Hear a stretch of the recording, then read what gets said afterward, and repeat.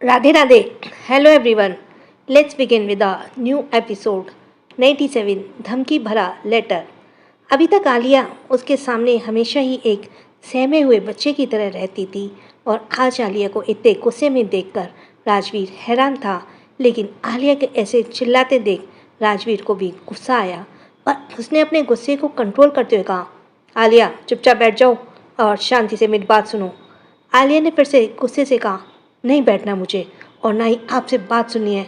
आप एक नंबर के घटिया इंसान हैं राजवीर सिंह शेखावत. आपने ये शादी करके मेरी ज़िंदगी बर्बाद कर दी. इस पर राजवीर गुस्से से खड़ा हुआ लगभग चिल्लाते बोला, जस्ट शट अप आलिया, अपने मुंह को बंद रखो, बस जो कहा है वो सुनो. राजवीर का इतना तेज आवाज़ सुनकर आलिया एकदम से सहम गई और अपनी आंखें बड़ी किए राजवीर को देखने लगी. राजवीर ने गहरी सांस ली और आलिया से कहा, अब एक शब्द मुंह से मत निकालना जब तक मेरी बात खत्म नहीं होती. अब बैठो चुपचाप. अब आगे. आलिया वापस किसी आज्ञाकारी बच्चे की तरह सोफे पर बैठ गई तो राजवीर ने उसके बगल में ही बैठते हुए बोला, हाँ, मुझे शादी की रस्मों में और इन सब फालतू बातों में कोई विश्वास नहीं है. इसलिए मुझसे ये उम्मीद बिल्कुल मत रखना कि मैं शादी को लेकर जरा भी सीरियस रहने वाला हूँ. बस तुम मेरे नाम की बीवी हो, वो सिर्फ 6 महीने के लिए. हाँ, इतना मैं ज़रूर कर सकता हूँ कि जब तक मैं तुम्हारे साथ इस शादी में हूँ मैं किसी और लड़की के करीब नहीं जाऊँगा और ना ही तुम किसी और लड़के के करीब जा सकती हो. राजवीर की बात सुनकर आलिया ने चिढ़ते हुए मन ही मन कहा, बोल तो ऐसे रहे जैसे कि मैं लड़कों के साथ घूमती फिरती हूँ, खुद ना जाने कितनी लड़कियों के साथ क्या क्या करते फिरते हैं. तभी राजवीर ने दोबारा कहा, अब मेरी बात खत्म हुई, अब चुपचाप खाना खा लेना और मुझे अभी कहीं जाना है. कहकर आलिया राजवीर खड़ा हुआ और चेंज करने के लिए चेंजिंग रूम की तरफ बढ़ गया. दरअसल जब आलिया वॉशरूम में थी उस समय राजवीर के पास रणवीर की कॉल आई थी. रणवीर ने राजवीर को मिलने के लिए बुलाया था. आलिया ने उसे जाते हुए देखा और फिर खाने की तरफ. जैसे भी वो भूख तो बहुत लग रही थी क्योंकि बेचारी आलिया सुबह से भूखी थी और उसने कुछ भी नहीं खाया था. वहीं खाने को देखकर उसकी भूख और भी कई गुना बढ़ गई. वो जल्दी सोफे पर ही आलती पालती मारकर बैठ गई और अपने लिए एक प्लेट में खाना सर्व कर जल्दी जल्दी खाने लगी. कुछ वक्त बाद राजवीर चेंजिंग रूम से बाहर आया तो उसकी नज़र सोफे पर आराम से बैठकर खाना खाती हुई आलिया पर गई, जो दुनिया जहां से बेखबर ठूस ठूस कर खाना खाई जा रही थी. उसने अपने मुंह में ढेर सारा खाना भरा हुआ था जिस वजह से उसके गाल फूले हुए नजर आ रहे थे. आलिया को ऐसा खाना देखकर राजवीर के फेस पर खुद ब खुद एक छोटी सी स्माइल आ गई. इस पर राजवीर ने ब्लैक कलर की 3 पीस सूट पहना हुआ था और अपनी शर्ट के ऊपर के बटन ओपन किए हुए थे. कहना गलत नहीं होगा कि वाकई में राजवीर एक ऑसम पर्सनैलिटी का मालिक था. शायद इसलिए लड़कियां उसकी तरफ खिंची चली जाती थीं, पर आलिया के लिए वो किसी डेविल से कम नहीं था. राजवीर ने अपनी गाड़ी की चाबी उठाई और रूम से बाहर निकल गया. राजवीर जब रूम से बाहर गया तो वहीं कुछ ही दूर पर खड़ी इशिता ने जब देखा कि राजवीर यहाँ से जा चुका है तो उसने जल्दी से जलती हुई नज़र ऊपर वाले फ्लोर पर डाली. वो तो कब से इस मौके का इंतज़ार कर रही थी कि कब राजवीर यहाँ से जाए और आलिया से बात करने के लिए उसके रूम में जाए. रजावत पैलेस. माही रणवीर के रूम में बाहर खड़ी होकर आसपास यह देखकर तसल्ली कर रही थी कि कोई उसे देख तो नहीं रहा है. जब उसे तसल्ली हो गई तो उसने धीरे से रणवीर के रूम का डोर ओपन किया और सधे कदमों के अंदर गई. दरअसल कुछ देर पहले ही उसने रणवीर को बाहर जाते हुए देख लिया था, लेकिन फिर भी वह इस बात को रिस्क नहीं ले सकती थी कि रणवीर वापस लौट आए और उसे रूम में जाते हुए देख ले. माही ने धीरे से दरवाज़ा अंदर से बंद किया और चारों तरफ अपनी नज़र घुमाई. माही, ये अच्छा मौका है, इस मौके को भरपूर फ़ायदा उठाना चाहिए. आखिर ऐसा तो काम नहीं चलेगा ना. फिर माही ने अपने हाथ में पकड़े हुए पेपर को देखा जिसे उसने रोल करके अपने एक हाथ में पकड़ा हुआ था. माही ने उस पेपर को खोला और एक सरसरी नज़र उस पेपर पर लिखे हुए शब्दों पर डाली और फिर एक बड़ी सी स्माइल के साथ कहा, बस एक बार इस डेविल की नज़र इस पर पड़ जाए, मेरा काम हो जाएगा. माही ने आसपास देखा और उसकी नज़र ड्रेसिंग के मिरर पर गई. माही ड्रेसिंग की तरफ बढ़ गई और उसने पेपर को एक टेप के सहारे उसे मिरर पर चिपका दिया. फिर अपने हाथ झाड़ अपनी कमर पर हाथ रखते बोली, मेरा काम पूरा हुआ अब आगे का काम तो ये पेपर ही कर देगा। आखिर उसे भी तो पता चले कि माही शर्मा से है क्या चीज़। वे एक अंगड़ाई लेते हुए बोली, अब मैं सुकून से सोऊंगी। जल माही, काम हो गया ना, अब निकल यहाँ से। वो जल्दी से रूम से बाहर निकल गई। Ranveer late night Rajawat palace लौटा। अब तक घर के सभी लोग सो चुके थे। रणवीर अपने रूम में आया और अपना ब्लेजर उतार कर उसे सोफे पर फेंक दिया। वो काफ़ी ज़्यादा थका हुआ था, महसूस कर रहा था। वो अभी शॉवर लेने के लिए वॉशरूम में जा ही रहा था कि तभी उसके कदम रुक गया। उसने सिर घुमाकर मिरर की तरफ देखा। वहाँ पर वो पेपर चिपका हुआ था। रणवीर ने अपनी आंखें छोटी कर उस पेपर की तरफ देखा और अपने कदम उस तरफ बढ़ा लिए। What the hell is this? सोचकर रणवीर ने उस पेपर को मिरर से हटाया और सरसरी नज़र उस पर डालते हुए उस पेपर को पढ़ने लगा। रणवीर उस पेपर को जैसे से पढ़ रहा था, उसके फेस अजीब से एक्सप्रेशन आने लगे, जैसे वो किसी अजीब ही चीज़ को रीड कर रहा हो। कुछ देर तक उसने उस पेपर को देखा और एकदम ठाका लगाकर जोर से हंसने लगा। उसने अपनी हंसी कंट्रोल नहीं हो रही थी, इसलिए वो हंसते हुए वहीं सोफे पर ही बैठ गया। ओह गॉड, क्या ये लड़की, और क्या लिखा है इसने? दरअसल उस पेपर के जरिए माही ने रणवीर को वार्निंग दी थी और वो वार्निंग पढ़कर रणवीर अपनी हंसी कंट्रोल नहीं कर पाया। कैंसिल, माही ने उसे लेटर में, कैंसिल वर्ड नहीं होगा, शायद कुछ और होगा। माही ने उस लेटर में रणवीर को धमकी दी थी। वह धमकी इस अंदाज में दी गई थी कि रणवीर अपनी हंसी कंट्रोल ही नहीं कर पाया। रणवीर ने अपने हाथ में पकड़े हुए लेटर को एक बार चूम लिया, फिर एक दिलकश स्माइल के साथ कहा, अब इस लेटर का जवाब तो मुझे सुबह लेना ही होगा ना माही। माय स्वीट हार्ट, तैयार रहना उसके लिए।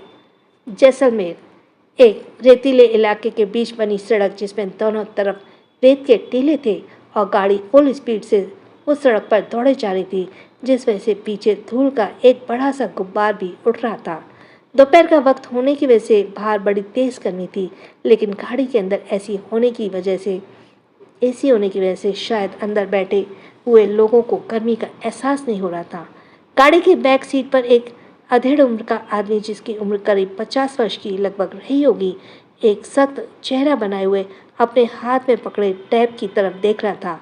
उसके सामने ही एक दूसरी आदमी बैठा हुआ घबराहट भरी नज़रों से उस आदमी के बनते बिगड़ते भावों को देख रहा था। गाड़ी में इस वक्त बिल्कुल पिन ड्रॉप साइलेंस थी। ड्राइवर आगे की तरफ देखते हुए गाड़ी चला रहा था। गाड़ी बहुत बड़ी थी और अंदर से भी काफ़ी लग्जरियस थी।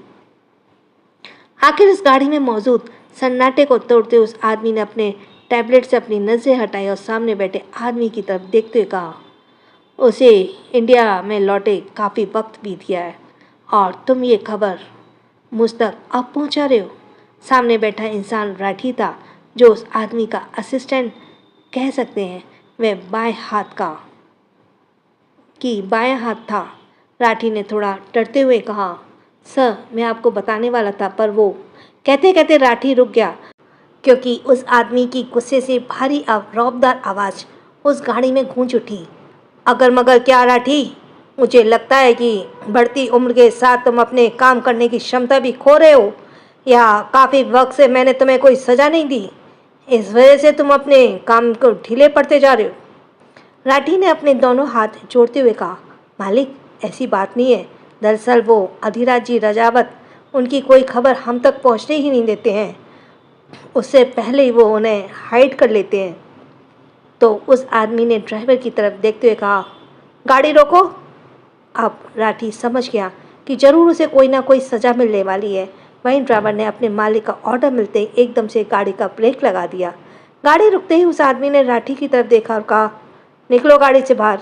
यह सुनकर राठी ने पहले विंडो से बाहर की तरफ देखा और फिर हैरानी से कहा, बाहर? पर मालिक, ये तो अभी बिहड़ इलाका है ना, और शहर यहाँ से बहुत दूर है। तो उस आदमी ने कहा, मैंने कहा ना, यहाँ से बाहर निकलो और पैदल पैदल हवेली तक आओ, यही तुम्हारी सज़ा है। राठी ने एक बार फिर से जैसे ही कुछ कहने के लिए अपना मुंह खोला, तो उस आदमी ने जलती हुई नज़रों से राठी की तरफ देखा।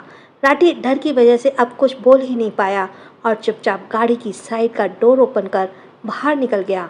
बाहर आते ही राठी को तो ऐसा लगा जैसे तेज़ गर्म लू का झटका उसे जाकर टकरा गया हो। क्योंकि वो काफ़ी देर से अंदर एसी में ही बैठा हुआ था, लेकिन अब वो कर भी क्या सकता था। ड्राइवर ने उस आदमी का ऑर्डर मिलते ही गाड़ी को वापस स्टार्ट कर दिया और वहाँ से निकल गया। वही राठी आसमान की तरफ देखते हुए बोला, हे भगवान, एक तो धूप इतनी तेज, ऊपर से जानलेवा गर्मी, अब इतनी दूर तक कैसे जाऊंगा। काश यहाँ कोई सवारी मिल जाए तो मुझे लिफ्ट दे दे। पर राठी का ये सोचना बेकार था, क्योंकि इस बिहड़ इलाके में शायद ही कोई गाड़ी वहाँ से गुजरती हो, इसलिए राठी ने अब पैदल चलना ही सही समझा। गाड़ी में बैठा हुआ शख्स धीरेन्द्र सिंह शेखावत था। पूरे जैसलमेर में धीरेन्द्र के नाम का डंका बजता था। किसी की हिम्मत नहीं होती थी धीरेन्द्र से नज़र मिलाकर बात करने की। सरल शब्दों में कहा जाए तो धीरेन्द्र पूरे जैसलमेर का बाहुबली था। कुछ देर बाद धीरेन्द्र शेखावत की गाड़ी शेखावत पैलेस के सामने आकर रुकी। ये हवेली काफ़ी ज़्यादा बड़ी थी। इसे महल इसलिए कहा जाता था क्योंकि ये हवेली किसी महल की तरह ही बहुत ही शानदार और खूबसूरत थी और कई एकड़ में फैली हुई थी। गाड़ी के रुकते ही मेन एंट्रेंस पर खड़े गार्ड्स ने जल्दी से भागकर गाड़ी की बैक साइड का डोर ओपन किया और सिर झुकाकर खड़ा हो गया। धीरेन्द्र शेखावत गाड़ी से बाहर आया और अपनी जोधपुरी सूट के कोट को सही किया और अपने हाथ में पहनी हुई लिमिटेड एडिशन की वॉच की तरफ देखा और अपने कदम सीढ़ियों की तरफ बढ़ा दिए। जैसे जैसे धीरेन्द्र शेखावत के कदम आगे बढ़ रहे थे, वहाँ कम करने वाले सर्वेंट चुपचाप सिर झुकाए अगल बगल खड़े हो गए। धीरेन्द्र उनकी तरफ देख हॉल में रखे हुए बड़े सी किंग साइज सोफे पर आकर बैठ गया और किसी किंग की तरह एक पैर पे दूसरा पैर चढ़ाए और अपना एक हाथ आर्म रेस्ट पर टिकाए अपने हाथ में पहनी हुई वॉच की तरफ देखा। तभी एक औरत जिसने राजपूती ड्रेस पहनी हुई थी, वो धीरेन्द्र शेखावत के पास आकर खड़ी हो गई। धीरेन्द्र ने बिना उसकी तरफ देखे ही कहा, मुग्धा समर्थ कहाँ है? तो वो औरत जो धीरेन्द्र शेखावत की बगल में ही खड़ी हुई थी, थोड़ी डरती हुई आवाज़ में बोली, जी वो तो अपने दोस्तों के साथ बाहर। वो औरत अपनी बात पूरी कर पाती तभी धीरेन्द्र शेखावत ने एकदम तेज आवाज़ में कहा, किससे पूछकर गया है वो? फिर जलती हुई नज़र से मुग्धा की तरफ देखा जो अपना सिर झुकाए डर से काँप रही थी। मुग्धा जी ने अब कोई जवाब नहीं दिया तो धीरेन्द्र शेखावत ने दोबारा कहा, मैंने कहा किससे पूछ कर गया है वो? मुग्धा डरते हुए कहा, वो मैंने उसे कहा था कि एक बार आपसे पूछ ले। पर इससे पहले कि मुग्धा जी आगे कुछ कहती, धीरेन्द्र शेखावत खड़ा हुआ और जोरदार थप्पड़ मुग्धा जी के गाल पर लगा दिया, जिसे मुग्धा जी सीधा फर्श पर जाकर गिरी। वो अपने गाल पर हाथ रखकर अपना सिर झुकाए आंसू बहाने लगी तो धीरेन्द्र शेखावत ने अपने उसके बालों को पीछे से पकड़कर उसे खड़ा किया और कहा, मैंने कितनी बार कहा है अपने बेटे की पैरवी मेरे सामने मत किया करो, क्या तुम्हें समझ नहीं आता है? तभी वहाँ पर एक और औरत की आवाज़ आई, क्या कर रहा है धीरेन्द्र? क्यों बेचारी पे इतना मार रहा है? छोड़ देना उसे। उस औरत की आवाज़ सुनकर धीरेन्द्र ने उसकी तरफ देखा। वो औरत देखने में काफ़ी खूबसूरत थी, उम्र भी वही कोई 30 के लगभग रही होगी। उसने एक ब्लैक कलर के नेट की साड़ी पहनी हुई थी और कुछ ज्वेलरी थी, लेकिन वह औरत इन सब में भी बहुत हॉट नज़र आ रही थी। उसके होठों पर एक कातिलाना स्माइल थी। वो धीरेन्द्र की तरफ देख रही थी। एपिसोड 98, ये इसका बिल्कुल रिपीट है 97 का एक एक वर्ड, लेकिन मुझे समझ नहीं आता, फिर भी मेरा बैलेंस डिडक्ट हो जाता है। क्यों ऐसा करते हैं जब रिपीट चैप्टर है तो? Pocket FM। अब आगे एपिसोड 99, दैट इज़ मैं तुम्हें लव लेटर क्यों लिखूंगी। धीरेन्द्र ने उस औरत की तरफ देखते हुए कहा, श्यामली, तुम्हें कितनी बार कहा है इसके और मेरे बीच में मत बोला करो। अभी अपने रूम में जाओ, मैं अभी आ रहा हूँ। श्यामली बड़ी अदा के साथ धीरेन्द्र के पास आई और उसके सीने पर हाथ रखते हुए बोली, धीरेन्द्र, तुम्हें पता है ना, मुझे शोर शराबा बिल्कुल पसंद नहीं है। मुझे पीस चाहिए, शांति, सुकून, यह सब चाहिए, ना कि इस तरह का शोर शराबा। फिर एक नज़र मुग्धा की तरफ देखकर और कहा, और तुम क्यों बार बार मेरे धीरेन्द्र को गुस्सा दिलवाती हो?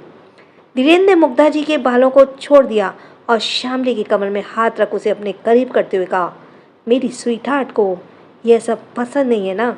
ठीक है, तो मैं ऐसा कुछ भी नहीं करता हूँ। फिर मुग्धा जी की तरफ देखते हुए कहा, जाओ यहाँ से और आइंदा से अपनी मनुष्य शक्ल मेरे सामने लेकर मत आना। जब देखो मूड खराब करती रहती हो।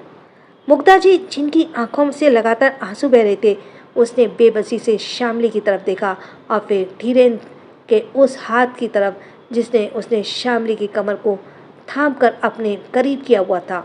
यह देखकर मुग्धा जी के चेहरे पर दर्द की एक रेखा आकर गुजर गई और वो देर वहाँ नहीं रुकी और इसलिए चुपचाप वहाँ से चली गई। मुग्धा जी के जाते ही श्यामली ने धर्मेंद्र के चेहरे पर अपनी उंगली सिडक्टिव तरीके से फेरते हुए कहा, धीरेन्द्र बेबी, अब तुम ये बताओ, उसे शादी कब कर रहे हो? तो धीरेन्द्र ने भी मुस्कुराते कहा, तुम्हें लगता है कि अभी हमें इन सब की ज़रूरत है? तुम यहाँ रह रही हो, मैंने तुम्हें वो सारे अधिकार में दिए हुए हैं जितने मुग्धा को भी नहीं मिले। सारे ऐश तुम्हें मिल नहीं रहे हैं और किस चीज़ की कमी छोड़ रखी है मैंने? दो बार बार क्यों शादी की बातें लेकर बैठ जाती हो? धर्मेंद्र ने श्यामली को समझाते हुए कहा। तो श्यामली ने इस पर थोड़ी नाराज़गी से कहा, लेकिन पूरी दुनिया उस मुग्धा को तुम्हारी बीवी के रूप में जानती है और मुझे नहीं। सभी मुझे तुम्हारी मिस्ट्रेस कहते हैं। मुझे वो सम्मान भी चाहिए जो मुग्धा को मिला हुआ है। धर्मेंद्र को श्यामली की सारी बातें अच्छी लगती थी, बस इसी बात पर वो नाराज़ हो जाता था क्योंकि श्यामली हर बार घुमा फिरा कर यही बात करती थी कि वह उसे शादी कर ले। श्यामली को जिद देकर धीरेन्द्र ने उस पर थोड़ा सख्ती से कहा, यह बार बार शादी की जिद करना बंद करो श्यामली। पहले मेरा मूड बहुत ख़राब है और तुम और मेरा मूड खराब कर रही हो। तो श्यामली ने भी नाराज़गी के साथ कहा, तो तुम ही तो मेरा मूड खराब कर रहे हो ना? आओ, अब मुझे तुमसे कोई बात नहीं करनी, कहकर श्यामली पैर पटकते हुए सीढ़ियों की तरफ बढ़ गई। यह थी श्यामली, धीरेन्द्र शेखावत की मिस्ट्रेस, जो पिछले 5 सालों से धीरेन्द्र के साथ रह रही थी। पूरी दुनिया भी श्यामली को उसकी रखेल कहती थी, लेकिन धीरेन्द्र शेखावत के पीठ पीछे, क्योंकि सामने तो किसी के बोलने की हिम्मत नहीं थी। वहीं मुग्धा धीरेन्द्र की पत्नी थी और उसका एक बेटा था, सामर्थ शेखावत। मुग्धा जी की उम्र यही होगी, 45 वर्ष के लगभग थी और मुग्धा जी बहुत ही सीधी सरल महिला थी और हमेशा अपने संस्कारों में बंधी रहती थी। वही श्यामली बहुत तेज तर्रार और शातिल औरत थी। पल में रंग बदलना तो श्यामली के बाएं हाथ का खेल था। धीरेन्द्र भी मुग्धा से कहीं ज़्यादा श्यामली को अहमियत देता था। श्यामली भी मुग्धा के लिए रोज़ नई नई मुसीबतें भी खड़ी कर देती थी, पर उसके सामने ऐसे जताती थी जैसे सबसे ज़्यादा उसे ही मुग्धा की चिंता है। हालांकि मुग्धा भी अंदर ही अंदर श्यामली के बिहेवियर को अच्छे से जानती थी, लेकिन वह कुछ भी नहीं कर पाती थी, क्योंकि जब उसके पति ही उसका अपना नहीं था तो भला वह और किसी से क्या शिकायत करती। इसलिए हर बार इतनी ज़्यादती सहने के बाद भी चुप ही रह जाती थी। मुंबई, रजावत पैलेस। माही आज सुबह से ही बहुत खुश थी क्योंकि रणवीर सुबह से उसे बार बार इग्नोर कर रहा था। माही को लग रहा था कि रणवीर उसे इसलिए इग्नोर कर रहा है क्योंकि वह उसकी धमकियों से डर गया है और यह बात माही को खुश करने के लिए काफ़ी थी। सुबह सभी लोग ब्रेकफास्ट करने के लिए डाइनिंग हॉल में इकट्ठे हुए। माही भी सभी के साथ ब्रेकफास्ट कर रही थी। बीच बीच में उसकी नज़र बार बार रणवीर पर जा रही थी, जो उसके सामने वाली चेयर पर ही बैठे हुए नाश्ता करते हुए अपने फ़ोन को भी देख रहा था। दरअसल आज संडे का दिन था तो कोई भी ऑफिस नहीं गया और ना जाने वाला था। रणवीर भी घर में रुककर ही काम करने वाला था। तभी निया, जो माही के बगल में ही बैठी हुई थी, उसने माही की तरफ धीरे से झुकते हुए धीमी आवाज़ में कहा, माही, याद है ना कल हमने क्या प्लान बनाया था? तो माही ने कुछ याद करने की कोशिश की और फिर निया से पूछा, क्या प्लान बनाया था निया? मुझे तो कुछ भी याद नहीं। तो निया ने कहा, अरे यार, वही वाला प्लान भूल गई कि आज हम पूरा दिन कैसे बिताने वाले हैं। तभी माही को कुछ याद आया और उसने कहा, अरे हाँ, मुझे सब याद है, और पहले हमें आलिया से भी तो मिलने होगा ना। पता नहीं वो कॉल ही नहीं उठा रही है। तो निया ने कहा, एक काम करते हैं, उसके घर जाकर उसे लेकर आते हैं और वहीं से निकल जाएंगे। तो माही ने स्माइल करते हुए कहा, हाँ, ये अच्छा आइडिया है, और जल्दी से कोई बहाना ढूंढ, हम दादी को क्या कहकर बाहर जाएंगे ताकि हमारे साथ उनके बॉडीगार्ड ना पाए। तो निया ने कहा, इसके लिए तो मस्त प्लान है, उसकी चिंता मत कर, ये बॉडीगार्ड हमारे साथ आएंगे ही नहीं। अब दोनों ही तसल्ली के साथ अपना नाश्ता करने लगी। तभी दादी ने कहा, कल सुबह अदिति अपने बच्चे के साथ इस घर में वापस आने वाली है। मेरी सुगंधा से बात हुई है, अदिति को कल ही डिस्चार्ज मिलने वाला है। दादी की बात सुनकर सभी ने दादी की तरफ देखा। वहीं दादी की बात सुनकर ही अदिति बच्चे के साथ वापस घर आने वाली है। निया और माही की तो खुशी का ठिकाना ही नहीं रहा।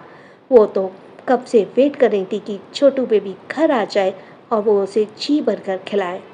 माही ने खुश होते कहा, दादी फिर तो हम कल छोटू बेबी का बहुत अच्छे से स्वागत करेंगे, आखिर वो पहली बार हमारे घर आ रहा है ना। तो दादी ने भी मुस्कुराते हुए कहा, भाई बेटा, मैंने पहले सारी तैयारी करने के लिए बोल दी है और तुम लोग भी उस वक्त घर पर ही रहना, आखिर तुम लोगों भी तो बच्चों के कुछ लगते हो ना। निया ने कहा, चिंता मत कीजिए दादी जी, हम तो कल सुबह जल्दी उठकर तैयार होकर छोटू बेबी का वेट करेंगे। फिर कुछ सोचते हुए बोली, दादी आपसे एक बात की परमिशन चाहिए थी। दादी जो अपना दलिया खा रही थी, उसने निया की तरफ देखते हुए पूछा, परमिशन? किस बात की परमिशन निया? तो निया ने थोड़ा झिझकते हुए कहा, दादी वो आज संडे है ना, तो हम कॉलेज नहीं जाना है, तो हमने सोचा है कि क्यों ना हम आलिया से मिलने उसके घर चले जाएं। निया की बात सुनकर रणवीर ने नजर उठाकर माही की तरफ देखा, जो एक्साइटमेंट के साथ दादी की तरफ देख रही थी। रणवीर समझ गया कि आलिया से मिलने जाने का मतलब सीधा राजवीर के घर जाना, और राजवीर के घर माही को अकेले भेजने का वो रिस्क रणवीर बिल्कुल नहीं लेना चाहता था, क्योंकि वो जानता था उसका दोस्त कितना बड़ा वाला कमीना है। इससे पहले दादी कुछ कहती, तभी रणवीर ने पूछा, क्यों जाना है तुम्हें राजवीर के घर? रणवीर की आवाज़ सुनकर दादी और निया के साथ माही की नज़र भी रणवीर की तरफ चली गई, पर रणवीर की नज़र तो माही पर ही टिकी हुई थी और वो भौहें सिकुड़ते हुए उसे घूर रहा था। तो माही ने एक जल्दी से कहा, हमने कहा ना हमें आलिया से मिलने जाना है। तो रणवीर ने कहा, तो आलिया को यहाँ बुला लो ना। तो माही ने भी कहा, कैसे बुलाएं, वो फ़ोन ही नहीं उठा रही है, पता नहीं क्या बात है, वो मेरा फ़ोन पिक ही नहीं कर रही है। अब यहाँ माही और रणवीर के आर्गुमेंट में दादी कभी रणवीर को देखती तो कभी माही को। वहीं निया का भी कुछ यही हाल था। तो रणवीर ने खड़े होते कहा, तुम जरा मेरे साथ आओ, तुमसे कुछ ज़रूरी बात करनी है। माही ने भी खड़े होते कहा, पर मुझे तुमसे कोई ज़रूरी बात नहीं करनी, मुझे अभी इम्पोर्टेंट काम से आलिया से मिलने जाना है। फिर दादी की तरफ देखते कहा, दादी हम जाए ना। तभी रणवीर ने इस पर थोड़ा सख्ती से कहा, मैंने कहा मेरे साथ आओ, मुझे तुमसे ज़्यादा इम्पोर्टेंट बात करनी है। पर माही ने इस बार फिर से रणवीर को इग्नोर किया और निया से कहा, चलो निया हम लोग निकलते हैं। निया बेचारी वाली शक्ल से दादी को देख रही थी, जैसे कह रही हो कि इन दोनों के बीच कहीं वही ना फंस जाए। दादी से पहले कुछ कहती, तभी रणवीर ने आकर माही का हाथ पकड़ते कहा, तुम्हारे साथ मुझे ज़बरदस्ती करने के लिए तुम खुद मजबूर करती हो, एक ही बार में बात नहीं मान सकती हो क्या? कहकर रणवीर उसे खींचते हुए अपने साथ ले गया। रणवीर की इस हरकत को देखकर जहाँ दादी हैरान थी, वहीं निया तो मुंह खोले उन्हें जाते हुए देख रही थी। उसने दादी से कहा, दादी हो क्या रहा है और ये भाई ऐसे क्यों कर रहे हैं? तभी दादी ने कहा, तुम तो जानती हो ना रणवीर को, उसे अपनी बात मनवाना ज़्यादा पसंद है। तो निया ने कहा, पर भाई उसे थोड़ा गुस्से में लेकर गए हैं दादी, कहीं वो माही को। तभी दादी ने हंसते हुए कहा, अरे तुम माही को नहीं जानती को क्या, वो छोटा पैकेट बड़ा धमाका है, वो सब संभाल लेगी। निया ने भी मन ही मन कहा, दादी भी जानती है कि माही कैसी है, वैसे गलत नहीं कहा, माही वाकई में छोटा पैकेट बड़ा धमाका है। दादी ठीक है, मैं अपने रूम में जा रही हूँ, मेरा नाश्ता हो गया है। कहकर निया वहाँ से चली गई। वहीं रणवीर माही को खींचते हुए कॉरिडोर में ले आया। माही ने अपना हाथ छुड़ाते हुए कहा, मुझे ऐसे वहाँ से क्यों लेकर आए हो? क्या तुम भूल गए कल मैंने मेरी वार्निंग? रणवीर ने उसे दीवार से सटाते हुए कहा, क्या भूल गया मैं? तो माही ने कहा, जो कल रात मैंने तुमको समझाने के लिए वो लेटर छोड़ा था, वो सब। तो रणवीर ने अपने हाथ में दीवार पर टिकाते हुए कहा, उसकी बात तो मैं तुम्हारे से बाद में करूँगा, पहले बताओ कि राजवीर के घर क्यों जाना है तुम्हें? तो माही ने भी बनावटी स्माइल के साथ कहा, मुझे राजवीर के घर नहीं, आलिया से मिलने जाना है। क्या तुमने ढंग से सुना नहीं था? अब तुम्हारी बात खत्म हो गई हो तो मैं जा रही हूँ, कहकर माही रणवीर के हाथ हटाकर जैसे ही जाने लगी, रणवीर ने इस बार फिर से उसकी बाँह पकड़कर उसे दीवार से लगाया और उसके दोनों हाथ उसकी अगल बगल टिकाकर उसका रास्ता रोक देगा। मेरी बात अभी खत्म नहीं हुई है, तुम राजवी के घर नहीं जाओगे, सुन लिया? माही ने कहा। पर क्यों? तो रणवीर ने कहा, क्योंकि ये मेरा ऑर्डर है कि तुम नहीं जाओगे तो मतलब नहीं जाओगे, बस बात खत्म। माही ने थोड़ा नाराज़गी से कहा, पर मैं तुम्हारा ऑर्डर क्यों मानूं, बोलो? इस पर रणवीर ने उसे डराते हुए कहा, तुम्हें मेरा ऑर्डर मानना होगा वरना, कहते हुए रणवीर ने उसे वार्निंग देने वाली नज़रों से घूरा। तो माही, जो अभी तक बड़ी हिम्मत करके रणवीर को जवाब दिए जा रही थी, अचानक ही थोड़ी सहम गई और जल्दी से अपना सिर हिलाते हुए बोली, हाँ ठीक है, डरा क्यों रहे हो, नहीं जा रही। माही की बात सुनकर रणवीर की आंखों के भाव, जो कुछ पल के लिए बदल गए थे, अचानक ही नॉर्मल हो गए। फिर उसने माही से कहा, गुड गर्ल, ऐसी मेरी बात मानती रहो तो फायदे में रहोगी। माही ने रणवीर के सीने पर हाथ रखा उसे दूर करते हुए कहा, अब मान ली ना तुम्हारी बात, अब तो मुझे जाने दो। पर रणवीर ने इस बार उसकी कमर में हाथ रख उसे खुद से करीब करते हुए कहा, पर मेरी दूसरी बात का क्या होगा? माही ने कंफ्यूज से पूछा, दूसरी बात? कौन सी वाली बात? तो रणवीर ने उसके चेहरे की तरफ झुकते हुए कहा, वही जो लव लेटर तुमने मेरे रूम में छोड़कर आई हो। माही ने कंफ्यूज होते हुए कहा, कैसा लव लेटर, और मैं तुम्हें लव लेटर क्यों लिखूंगी? एपिसोड 100, दैट इज़ बशर्ते सामने रणवीर सिंह ऋषिकावत ना हो। तो मैं इसका रिकैप छोड़ रही हूँ एंड लेट्स गो कि अब आगे। तो रणवीर ने कहा, तुम्हारा लिखा हर लेटर मेरे लिए लव लेटर ही है।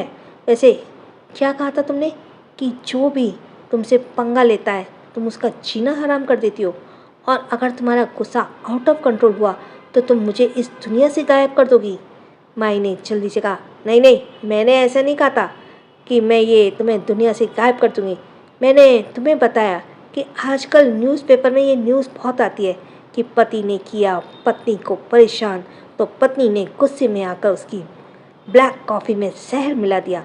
और कल ही मैंने एक न्यूज़ पढ़ी थी कि एक बीवी ने अपने हस्बैंड को गुस्से में आकर पीट पीट कर मार डाला, और एक ने तो छत से धक्का दे दिया और दूसरी वाली ने तो। इससे पहले माही आगे कुछ कहती, तभी रणवीर ने अपनी एक भौं चढ़ाते हुए कहा, इससे ये साबित होता है कि तुमने अब मेंटली मुझको अपना हस्बैंड एक्सेप्ट कर लिया है, और दूसरी बात, तुम्हारे मन में मुझे लेकर ये खतरनाक वाले थॉट चलने रहते हैं ना, यहाँ तक कि नींद में भी तुम मेरी ही पिटाई करने के सपने देखती हो। अब माही को समझ नहीं आया कि वह इस बात का क्या जवाब दे, और अब रणवीर से दूर रहकर तो वह दुनिया भर की धमकी रणवीर को दे सकती थी, लेकिन अभी रणवीर उसके सामने खड़ा था और बहुत करीब खड़ा था, इसलिए वो मन में मन बोली, अब क्या करेगी माही, फंस गई ना। अगर अभी मैंने बोल दिया कि हाँ मेरे मन में यही थॉट चलते रहते हैं, तो ये सामने खड़ा डेविल कहीं मुझे कच्चा ही न चबा जाए, वरना पड़ जाएंगे लेने के देने। माही ने रणवीर के सीने पे हाथ रख उसे दूर करते हुए कहा, मैं ऐसा कुछ नहीं सोच रही थी, बाकी तुम्हें जो समझना है तो समझ रहो। तभी माही का ध्यान रणवीर को आखिरी बात पर गया, तो वो नींद में भी रणवीर को पीटने के सपने देखती रहती है। उसने थोड़े चौंकते हुए कहा, तुम्हें कैसे पता मैं नींद में क्या सोचती हूँ? कहते हुए माही ने अपनी आंखें सिकुड़ते हुए उसे घूरा, तो रणवीर ने एक शरारती स्माइल के साथ कहा, अब कल रात को भी तो तुम यही कर रही थी ना, नींद में मुझे पीटने के सपने देख रही थी, यहाँ तक कि कल तुमने नींद में ही किसी को मेरे नाम की सुपारी तक दे डाली थी। ये सुनकर माही की आंखें एकदम से बड़ी हो गई। क्या मतलब? तुम कल रात रूम में? माही के अटकते हुए रणवीर ने पूछा। तो रणवीर से पूछा तो रणवीर ने भी अपनी दोहें बाहें चढ़ाते हुए कहा, ऑफ कोर्स कल रात में तुम्हारे रूम में ही था, तुम्हारे बेड पर, तुम्हारे बहुत करीब। तुम्हें याद नहीं है क्या? तभी माही को याद आया कि वो आज सुबह जब नींद में जागी थी और उसने अपना फेस वॉशरूम के मिरर में देखा था, तो उसके होठों पर बाइट करने का निशान नजर आया। अब माही को समझते देर नहीं लगी कि रणवीर कल पूरी रात उसके साथ उसके रूम में उसके बेड पर उसके साथ सोया था। ये याद आते ही माही ने अपनी आंखें छोटी कर रणवीर को घूरा और कहा, मतलब कल रात तुम फिर से मेरे रूम में आए थे? रणवीर ने भी शराफत स्माइल के साथ कहा, ऑफ कोर्स। अब तो माही का पारा गुस्से से और भी हाई हो गया। उसने रणवीर को खुद दूर धकेला और कहा, मैं अभी जाकर दादी को तुम्हारी सारी हरकतें बताती हूँ कि उनका पोता कितना बिगड़ा हुआ है। माही दंदनाते हुए वहां से जा ही रही थी कि रणवीर ने पीछे से उसकी कमर में हाथ डाला और उसे अपने करीब किया, जिससे माही की पीठ रणवीर के सीने से जा लगी। रणवीर ने अपनी दोनों बाहें माही की कमर में लपेटी और उसे कंधे पर अपनी चिन रखते हुए कहा, माही, माई शुगर कैंडी, क्या तुम्हें शर्म नहीं आई दादी को ये सब बताते हुए कि उनका पोता उनकी पोता बहू के लिए पूरी रात उसके रूम में था और उसके पोते ने उसकी पोता बहू को किस भी किया था, और वो भी लिप्स पर, और उनकी पोता बहू के लिप्स इतने सॉफ्ट और डिलीशियस थे कि उन्हें जोर से बाइट भी किया था। माही जितने जोर से साथ दादी के पास जाने वाली थी, उसका जोश रणवीर की बातें सुनकर कुछ ही पल में ठंडा पड़ गया। हाँ, कह तो सही रहे हैं, मैं दादी को ये बात कैसे बता सकती हूँ? रणवीर ने उसे अपने सामने पलटा और कहा, इस घर की सबसे अच्छी बच्ची, तुम्हें ये बात समझा दूँ, ऐसी बातें सबको नहीं कही जाती हैं। ये बातें सिर्फ हस्बैंड और वाइफ के बीच में ही सही रहती हैं। एक तरफ तो माही को रणवीर पर गुस्सा आ रहा था और दूसरी तरफ अब उसका मन रोने वाला हो रहा था, क्योंकि वो कैसे भी करके वो रणवीर को रोक नहीं पा रही थी। कहाँ तो वो सुबह से खुश थी कि रणवीर उसकी धमकियों से डर गया, और यहाँ तो रणवीर कल पूरी रात उसके रूम में था और उसके नींद में होने का फायदा भी उठाया। माही ने उदास होते कहा, मतलब सारा प्लान कैंसिल। रणवीर ने माही के चिन पे हाथ रख उसका चेहरा ऊपर किया, कहा, सारे प्लान सक्सेसफुल हो सकते हैं बशर्ते सामने रणवीर रजावत ना हो, ये याद रखना स्वीटहार्ट। फिर उसने झुककर माही के होठों पर एक लाइट किस की और उसके बालों को बिगाड़ते हुए कहा, अपने इस छोटे से दिमाग पर इतना लोड मत डाला करो, क्योंकि मेरे सामने तुम्हारी कभी नहीं चलेगी। इसलिए बेहतर यही है कि तुम वही करो जो मैं चाहता हूँ। Okay baby, see you soon. उसने अपनी दोनों पॉकेट में हाथ डाला और अपने कदम आगे बढ़ा दिए। जहाँ माई गुस्से से रणवीर को जाते हुए देख रही थी, वहीं रणवीर के होठों पर एक स्माइल थी। माई अभी उस तरफ देख ही रही थी कि तभी निया भागते हुए माही के पास आई। माही को अपने ख्यालों में गुम देखकर निया ने माही को हिलाते हुए कहा, ओह शैतानी की गुड़िया, भूल गई क्या हमारा प्लान क्या था? निया की आवाज़ सुनकर माही ने पलट कर निया की तरफ देखा और कुछ याद करते हुए कहा, मैं तो भूल ही गई थी, तुमने दादी से पूछ लिया ना? तो निया ने कहा, बिल्कुल, मैंने दादी से कह दिया है कि दादी हमारे साथ किसी भी बॉडीगार्ड को नहीं भेजेंगी, बस ड्राइवर हमें वहाँ पर ड्रॉप कर देगा, उसके बाद तो तुम्हें पता है ना कि क्या करना है। दरअसल माही और निया आलिया को अखिल के साथ अक्सर ही पूरा दिन खूब मस्ती करते थे। वो आम लोगों की तरह ही पूरे दिन बिताते थे, मतलब वो पूरा दिन ही आम लोगों की तरह स्ट्रीट फूड एंजॉय करते, एम्यूजमेंट पार्क जाते और खूब सारा धमाल भी मचाते, और इस बात का पूरा ध्यान रखते कि कोई भी उन्हें पहचान ना पाए, क्योंकि माही और निया दोनों को हाई सिक्योरिटी में कभी कभी बहुत परेशान हो जाती थी, क्योंकि वो जहाँ भी जाती थी उनके साथ रजावत पैलेस के बॉडीगार्ड भी रहते थे, जिस वजह से उन्हें बहुत ही बंधा हुआ महसूस होता था। वो एक दिन अपनी मनमर्जी से जीती थी और उसके लिए चारों ही महीने में एक या दो बार ये प्लान बनाती थी। हॉस्पिटल में सुगंधा जी अपने हाथ में उस छोटे से बच्चे को लिए बैठी हुई थी, प्यार से निहार रही थी। कुछ देर पहले ही नर्स बच्चे को सुगंधा जी को देकर गई थी। बच्चा अब पूरी तरह से हेल्दी था, इसलिए डॉक्टर ने अब बच्चे की माँ के पास ले जाने के लिए कह दिया था।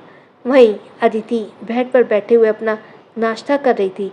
सुगंधा ने बच्चों को फूले हुए गालों को अपनी उंगली से सहलाते हुए कहा, अदिति, कहना गलत नहीं होगा, बेबी बहुत ही ज़्यादा क्यूट है। तुम्हें पता है, मैं ऐसा फील कर रही हूँ जैसे मैं अदिति की बचपन को फिर से देख रही हूँ। कहते हुए सुगंधा जी ने अदिति की तरफ देखा। सुगंधा जी की बात सुनकर अदिति के फेस पर भी स्माइल आ गई। सुगंधा जी ने फिर अदिति से कहा, तुम्हें पता है डॉक्टर कल सुबह ही तुम्हें डिस्चार्ज दे देंगे। इसके बाद मेरे ये क्यूट सा पोता अपने घर जाएगा। अदिति ने नाश्ता खत्म कर लिया था। सुगंधा जी अदिति से कुछ बात करने के लिए बहुत देर से सोच रही थी। उन्होंने अदिति से कहा, अदिति बेटा, मुझे तुमसे कुछ बात करनी है। अदिति ने कहा, जी आंटी। तो सुगंधा ने भी थोड़ा सीरियस फेस बनाते हुए कहा, समझ नहीं आ रहा तुमसे बात कैसे करूं, पर यह बात बहुत ज़रूरी है और माँ जी ने ही कहा था कि मुझे इस बारे में तुमसे बात करनी चाहिए। तो अदिति ने मुस्कुराते कहा, जी आंटी कहिए क्या बात करनी है। मैं सोच रही थी कि आदित्य भी एक बार यहाँ आ जाए।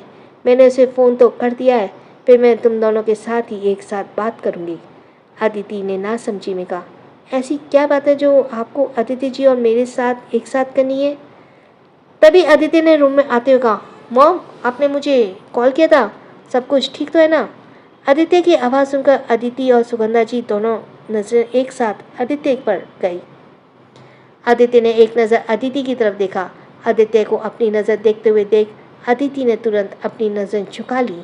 पता नहीं क्यों, पर अदिति को आदित्य की नज़र में कुछ अलग ही तरह एहसास नज़र आते थे, जिस वजह से अदिति थोड़ा अनकंफर्टेबल हो जाती। शायद वो आदित्य से शर्माती थी। हाँ, ऐसा ही तो था। आदित्य ने सुगंधा जी के पास आते हुए कहा, अब बताइए मॉम क्या हुआ है। लेकिन तभी आदित्य की नज़र सुगंधा जी की गोद में अपने बेटे पर गई, जिसे देखकर आदित्य ने बड़ी मुस्कुराहट के साथ कहा, सबसे पहले मुझे मेरे बेटे से मिलना है। सुगंधा जी ने बेबी को आदित्य के गोद में देते हुए कहा, हाँ क्यों नहीं, तुम्हारा बेटा अपने डैड को ही तो वेट कर रहा था। अब ये जूनियर आदित्य जल्दी अपने घर जाएगा। आदित्य ने संभल कर बच्चे को अपनी गोद में लिया और सुगंधा जी से पूछा, मॉम डॉक्टर ने सारा चेकअप कर लिया ना, बेबी अब हेल्दी है ना, किसी तरह की परेशानी तो नहीं है।